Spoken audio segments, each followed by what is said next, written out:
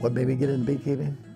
I grew up with bees. My granddad had bees, and I grew up on a farm, although I wasn't interested in those at the time. And then back in '62, we lived over a 20-mile stand in a little half-acre lot and a little starter house, you know. I come in one day and said, I'm going to get some honeybees. She said, bees? I said, you're out of your mind. There's 60 houses and 6,000 children here. And I said, the first kid that gets stung, I'll get rid of the bees. Well, that's fair enough. And no kid got stuck? No. Yeah, I'll tell you, I know when I first started, putting the bees out here, my garden, I got twice as much crops. I mean, and bees make up, I think I was reading the other night, I think for about 40 different fruits and vegetables. So just to give you an idea, and I'm not sure how many billions of dollars worth of crop production. As they build up, they start running out of space. And if they run out of space, what they'll do is they'll say, all right, what do we do? And we're gonna raise another queen. Will half the bees or 2/3 of the bees will get up and leave in a big swarm, and a new queen will emerge, and instead of having one colony, they'll have two.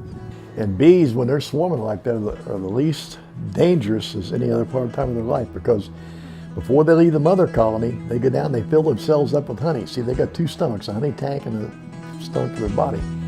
They fill themselves up with honey, and when they fly out, then they take that for food and start the next colony. Honeybee is full of honey, is like a man with a full stomach. They're easy to get along with. So they're not going to sting you.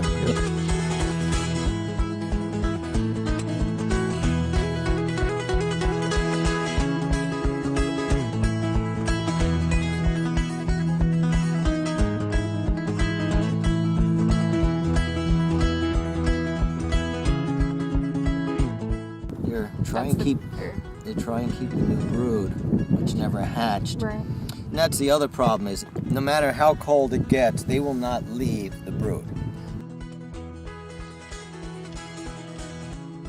I don't see where the queen is, it's hard to tell. And sometimes, queens die, and then the colony collapses without one because they can't replace the queen during the winter.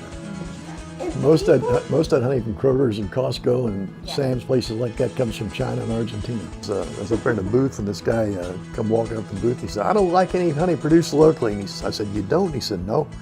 I had a bear in my hand, and I had a plastic spoon there. I was giving people samples, you know. Yeah. And I poured a spoon of that and handed it to him. And he tasted that, and he said, you did that on purpose, didn't you? I said, yeah, how many jars do you want? He said, 2. And what's going on, what's making it bad is these crooks down there in Georgia that sell bee packages are calling their buddies in the almond groves and telling them, bring your colonies back to us and drop them off and let us shake extra bees out of your colonies and we'll sell them in packages. That's what they're doing. And boy, that is bad news. That is bad news. Because you can spread a lot of diseases that way, and it stresses the bees, and it's just not a good thing to do. And in fact, there's 2 young ladies that they're in their early 20s that came out here, and they'd bring 3 half-gallon jars at a time, and they'd have me fill them for them. So one of the last times they were out, I said, this girl, you want to go watch me fill these? And she said, sure. So we went out there, and she said, what's those white buckets? And I said, that's raw honey in food-grade plastic buckets, but it's crystallized.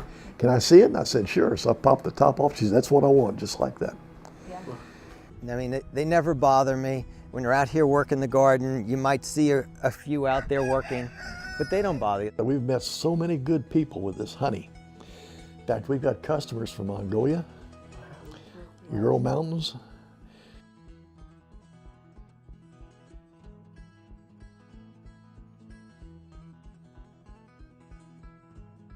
Because when we process this honey, we don't pressure filter it. And if you put any of this honey under a microscope, you'll see metaparticles of pollen in this honey.